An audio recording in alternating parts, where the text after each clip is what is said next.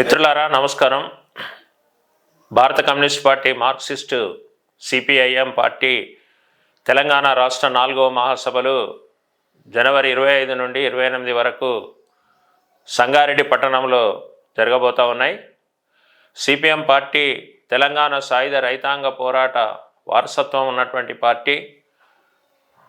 సాయుధ పోరాట నాయకుడిగా ఉండి కమ్రేడ్ పుచ్చలపల్లి సుందరయ్య గారి నాయకత్వంలో ఏర్పడ్డటువంటి సిపిఎం పార్టీ భారతదేశం యొక్క కష్టజీవులు, పీడితులు, ప్రజానీకం యొక్క సమస్యల పరిష్కారానికి పెద్ద ఎత్తున కూడా సామాజిక మార్పు రావాలని కోరుకుంటున్నటువంటి పార్టీ.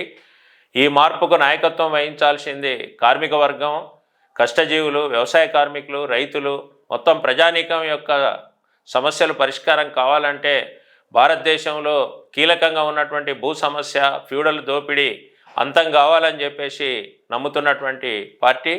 కాబట్టి సరళీకరణ ఆర్థిక విధానాలు భారతదేశంలో అమలవుతున్న నేపథ్యంలో కొన్ని తరగతుల ప్రజలు ఆర్థికంగా లాభపడ్డట్టుగా మనకు కనిపిస్తూ ఉంది. కానీ ఇవాళ పునాదిలో ఉన్నటువంటి శ్రామిక జనం కష్టాల పాలవుతున్నటువంటి పరిస్థితి మనకు కనబడుతూ ఉంది. ఎందుకంటే నిరుద్యోగ సమస్య పెరుగుతూ ఉంది. గౌరవప్రదమైనటువంటి ఉద్యోగాలు వచ్చేటువంటి పరిస్థితి కనబడతలేదు. ఇవాళ ఉపాధి హామీ లాంటి పథకం కూడా నరేంద్ర మోడీ ప్రభుత్వం వచ్చిన తర్వాత నిర్వీర్యమైనటువంటి పరిస్థితి మనం చూస్తున్నాం. అట్లాగే భారతదేశంలో కులపరమైనటువంటి ఆధిపత్యాలు, దౌర్జన్యాలు కూడా కొనసాగుతున్నటువంటి పరిస్థితులు కూడా మనం చూస్తున్నాం. అట్లాగే హిందుత్వ భావజాలం పేరుతోటి ఇవాళ మత రాజకీయాలకు వేదికైనటువంటి పరిస్థితి కూడా మన దేశంలో కొనసాగుతున్న పరిస్థితుల్లో ఇవాళ ఫ్యూడల్ దోపిడీని అంతం చేయడము అనేటువంటిది చాలా కీలకమైనటువంటి అంశం. అందుకని ఇవాళ సిపిఎం పార్టీ నిర్వహించేటువంటి కార్యక్రమాలు జయప్రదం కావడం అంటే భారతదేశంలో సామాజిక ఆర్థిక సమానత్వాన్ని సాధించడానికి మార్గం సుగమం కావడం అనేది ప్రజానీకం భావించాలని చెప్పేసి, అర్థం చేసుకోవాలని చెప్పేసి కూడా మేము కోరుతా ఉన్నాం. అందుకని తెలంగాణ సమగ్రాభివృద్ధి కోసం రేపు మా మహాసభలో చర్చ జరగబోతూ ఉంది. తెలంగాణ రాష్ట్రంలో ఇప్పటి వరకు బీఆర్ఎస్ పార్టీ పరిపాలించింది. ఆ ప్రజల అసంతృప్తిని ఆసరా చేసుకొని బీఆర్ఎస్ ఓడించి కాంగ్రెస్ అధికారంలోకి వచ్చింది. కాంగ్రెస్ కూడా ప్రజల సమస్యల్ని పరిష్కరించే పరిస్థితిలో లేదు అనేది ఈ సంవత్సర కాలంలో జరుగుతున్నటువంటి ఘటనలు రుజువు చేస్తూ ఉన్నాయి.